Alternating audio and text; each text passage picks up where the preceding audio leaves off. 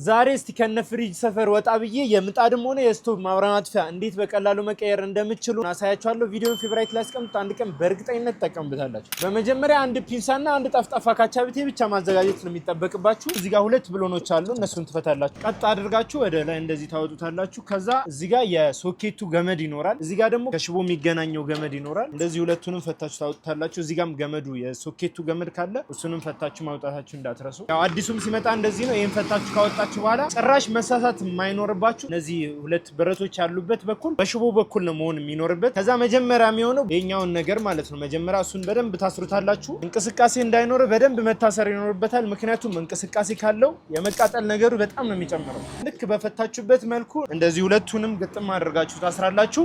ሶኬቱን በዚህ በኩል እንዳልኳችሁ ግጥም አድርጋችሁ በደንብ ግን ማሰራችሁ እንዳትረሱ ሁሉ። ከዛ በኋላ መጨረሻ ላይ ምንድነው የሚሆነው? ይሄኛው እነዚህ ሁለቱ ያሉበት ቦታ ይሄንን መንካት አለበት። ምክንያቱም ላይት ስላለው ላይቱ እንዲበራ ይሄኛውን በደንብ እንደዚህ ቀና አድርጋችሁ ይሄኛውን እንደዚህ አድርጋችሁ ቀጥ አድርጋችሁ ማስገባትና ማሰር ትችላላችሁ። ሀላሎች ነን። ለእንደዚህ አይነት ጠቃሚ መረጃዎች ላይክ እና ፎሎ ማድረጉ እንዳይረሱ። እናመሰግናለን።